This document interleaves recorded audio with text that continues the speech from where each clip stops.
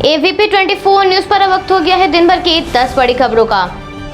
Tokyo Olympic में आज भारतीय महिला हॉकी टीम ने साउथ अफ्रीका के खिलाफ जबरदस्त खेल का प्रदर्शन करते हुए रोमांचक जीत हासिल की। मैच काफी टक्कर का रहा, मगर भारतीय टीम ने 4-3 से जीत हासिल कर क्वार्टर फाइनल में एंट्री कर ली है।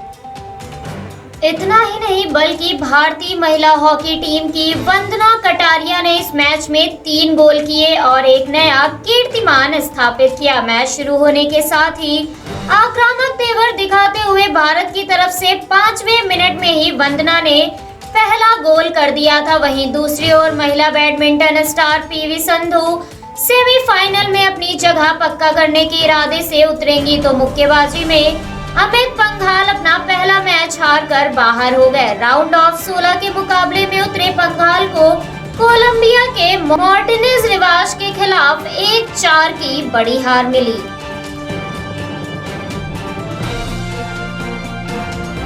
सीमा पर हुए विवाद को लेकर असम मिजोरम सीमा पर हिंसा भड़क गई थी। दोनों राज्यों के बीच चल रहे विवाद के मध्य असम के मुख्यमंत्री के खिलाफ प्राथमिकी दर्ज की गई है और मामले में असम के 6 शीर्ष अधिकारियों के साथ साथ करीब 200 अज्ञात पुलिसकर्मियों को भी नामांकित किया गया है।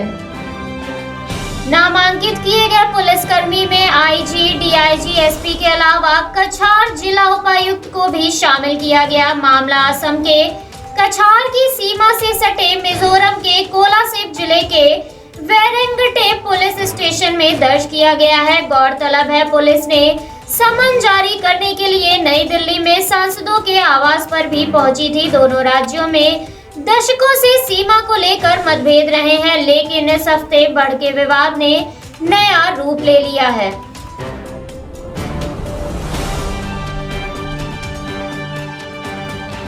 कर्नाटक के नवनियुक्त मुख्यमंत्री बसवराज बोम्मई इस समय दिल्ली के दौरे पर हैं, जिस दौरान उन्होंने प्रधानमंत्री, गृह मंत्री और भाजपा के राष्ट्रीय अध्यक्ष से मुलाकात की और पत्रकार वार्ता में कहा, राज्य में प्रतिनिधिमंडल का विस्तार बहुत जल्द ही किया जाएगा। मुख्यमंत्री बसवराज बोम्मई ने आगे कहा, वो आज वित्त मंत्री निर्मला सीतारमण से मुलाकात करेंगे, जिस दौरान वो पिछले वर्ष और इस वर्ष GST रिफंड मामले पर चर्चा करेंगे। प्रधानमंत्री से मुलाकात में मुख्यमंत्री ने हुबली धारवाड़ में अखिल भारतीय आयुर्विज्ञान संस्थान के लिए मंजूरी मांगी, जिसे नीति आयोग द्वारा एक आकांक्षी जिले के रूप में पहचाना गया। उन्होंने कलबुर्गी में कर्मचारी राज्य बीमा निगम, मेडिकल कॉलेज और अस्पताल को क्षेत्रीय एम्स जैसे संस्थान में अपग्रेड करने की भी अपील की है। मुख्यमंत्री बसवराज बोम्मई ने राजघाट में महात्मा गांधी की समाधि पर फूल अर्पित कर कहा, मैं बचपन से राष्ट्रपिता महात्मा गांधी के जीवन से प्रभावित रहा हूं। मैं मुख्यमंत्री के तौर पर कर्नाटक की जिम्मेदारी ले रहा हूं, इसलिए मैंने यहां आकर प्रेरणा ली।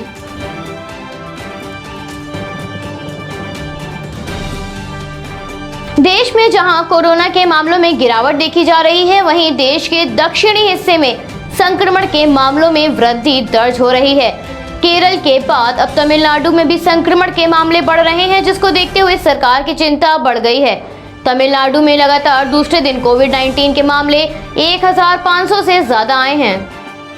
पिछले 24 घंटे में राज्य में 1859 नए मामले सामने आए हैं, जबकि शुक्रवार को 1947 मामले रिकॉर्ड हुए थे। राज्य के स्वास्थ्य मंत्री S सुब्रमण्यम ने कहा, जिन जिलों में मामले बढ़ रहे हैं वहां के अधिकारियों को नए मरीजों को अस्पतालों में भर्ती करने के आदेश दिए गए हैं। राज्य की पॉजिटिविटी दर बुधवार को 1.1% से बढ़कर गुरुवार को 1.2% हो गई। वहीं चेन्नई में बढ़ते संक्रमण के खतरे को देखते हुए 9 मार्केट को 9 अगस्त तक के लिए बंद रखने के आदेश दिए गए हैं। बाजार बंद करने का उद्देश्य कोरोना वायरस के प्रसार को रोकना है।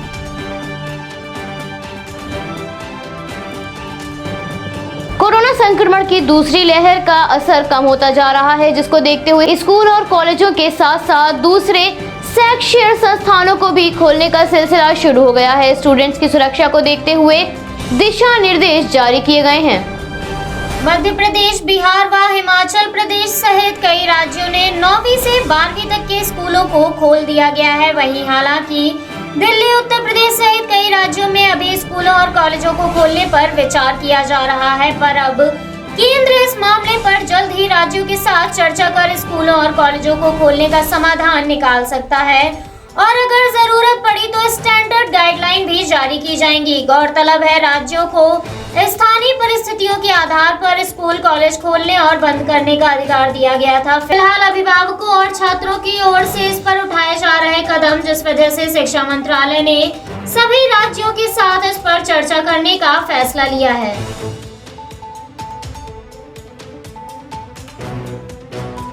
दक्षिण कश्मीर के जिला पुलवामा के नागबेरन और तरसर इलाके में आतंकवादियों से मुठभेड़ के दौरान सुरक्षा बलों के हाथों बड़ी कामयाबी लगी। नागबरेन और तरसर के जंगलों में सुरक्षा बलों और आतंकवादियों के बीच हुई संक्षिप्त मुठभेड़ में 2 आतंकवादी मारे गए हैं।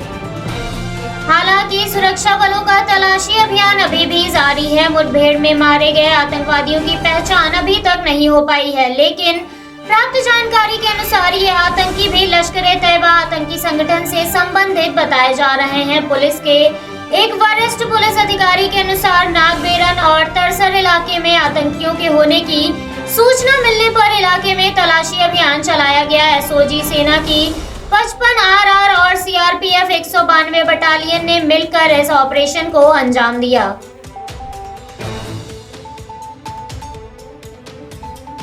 मध्य प्रदेश के भिंड जिले में आज सुबह 5:20 पर जेल की बैराक की दीवार ढह गई। हादसे में 22 कैदी गंभीर रूप से घायल हो गए हैं, जिन्हें इलाज के लिए अस्पताल भेज दिया गया है। वहीं दुर्घटना में किसी की मौत की खबर नहीं है। भिंड जेल की बैरक की जर्जर दीवार करीब 150 साल पुरानी थी। दीवार ढहने से बैरक 6 बुरी तरह से नष्ट हो गया है। जेल प्रहरी को सूचना दी गई है कि बैरक का प्लास्टर गिर रहा है, बैरक की दीवार गिर सकती है, लेकिन इससे पहले कोई हरकत में आता बैरक की दीवार गिरना शुरू हो गई। हादसे के बाद जेल में बंद अन्य कैदियों को दूसरी बैरकों में शिफ्ट कर दिया गया है।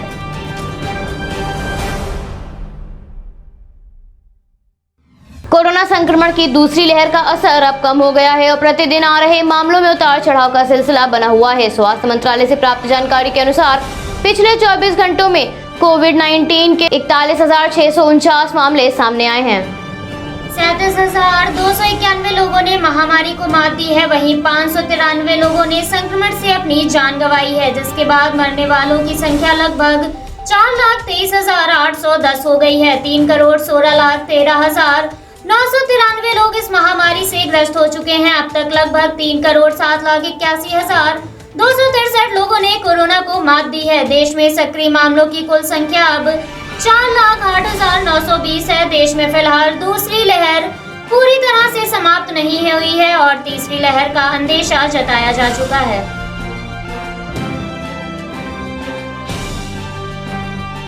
महामारी को लेकर WHO के आपात निदेशक माइकल रेयान ने प्रेस कॉन्फ्रेंसिंग के दौरान डेल्टा वेरिएंट को एक चेतावनी के तौर पर बताते हुए कहा, इससे पता चलता है कि वायरस इवॉल्व हो रहा है। ये भी कॉल टू एक्शन है, जिसे हमें और अधिक खतरनाक रूपों में सामने आने से पहले सचेत होना है। रेयान ने आगे कहा, वायरस के और म्यूटेंट आए उससे पहले हमें इसको खत्म करना होगा। संक्रमण को नियंत्रण में लाने के लिए सिद्ध उपाय अभी भी काम कर रहे हैं। वहीं WHO प्रमुख टेड्रोस अधनोम घेब्रेयेसस ने कहा, अब तक 4 प्रकार के वेरिएंट सामने आए हैं और जब तक वायरस फैलता रहेगा तब तक और वेरिएंट्स भी हो सकते हैं। WHO के 6 क्षेत्रों में से 5 में पिछले 4 हफ्तों में औसत संक्रमण 80% तक बढ़ा है।